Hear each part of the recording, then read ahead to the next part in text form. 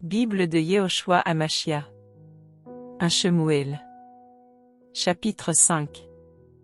Les Philistins prirent l'arche d'Élohim et la firent entrer dans Eben-Ezer à Asdod. Les Philistins prirent l'arche d'Élohim et la firent entrer dans la maison de Dagon et la placèrent à côté de Dagon. Le lendemain, les Asdodéens se levèrent de bon matin, voilà que Dagon était tombé sur ses faces, par terre, en face de l'arche de Yahweh. Ils prirent Dagon et le remirent à sa place. Ils se levèrent de bonne heure le lendemain matin, et voilà que Dagon était tombé sur ses faces, par terre, en face de l'arche de Yahweh. La tête de Dagon et les deux paumes de ses mains découpées étaient sur le seuil, et il ne lui restait que le tronc. C'est pour cela que les prêtres de Dagon, et tous ceux qui entrent dans la maison de Dagon, à Asdod, ne marchent pas sur le seuil jusqu'à aujourd'hui. Et la main de Yahweh s'appesantit sur les Asdodéens et les dévasta. Il les frappa d'hémorroïdes à Asdod et dans tout son territoire.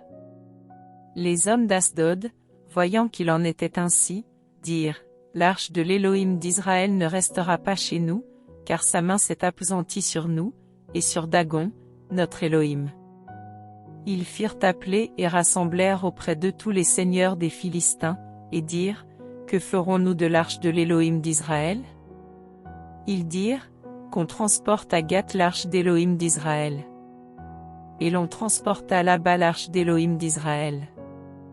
Mais il arriva après qu'on l'eut transportée, la main de Yahweh fut sur la ville et il y eut une très grande terreur, et il frappa les hommes de la ville, depuis le plus petit jusqu'au plus grand, par une éruption d'hémorroïdes.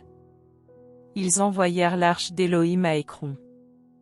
Il arriva lorsque l'arche d'Élohim entra dans Écron, que les habitants d'Écron s'écrièrent en disant, « Ils ont transporté chez nous l'arche de l'Élohim d'Israël pour nous faire mourir, nous et notre peuple. » Ils envoyèrent rassembler tous les seigneurs des Philistins, en disant, « Renvoyez l'arche d'Élohim d'Israël.